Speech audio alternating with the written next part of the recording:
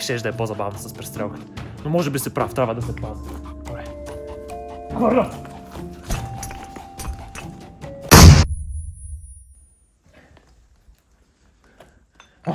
Добре, май всички са мъртви. Давай, бързо, бързо!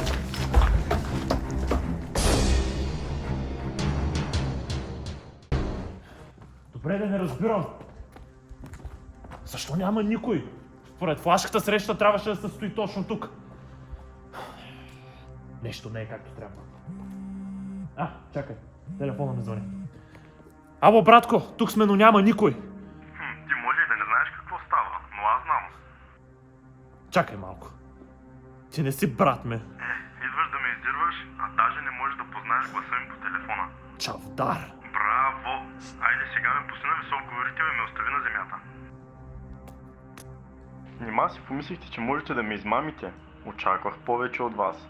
Но сега ми изглеждате сякаш си нямате представа с кого сте захванали. Флашката, която взехте, има инсталиран софтуер за проследяване и подслушване. Така че информацията за липсата й дойде при мен още в момента, в който изнесохте от вилата. А след това много удобно ми показахте барлогата си и им позволихте да изслушам плана ви срещу мен. Веднага, щом го чух, казах на хората ми, че проверката се отменя. И ви изчаках да потеглите, за да мога да дойда и да превзема вашето гето. А относно брат ти, жив е, за сега. Но не мога да гарантирам за по-късно. Може да дойдеш да опиташ да го спасиш, но първо ще трябва да си поиграеш на гоненица с полицаите, на които по-рано днес изпратих същата информация, която и вие имахте. Айде, чао!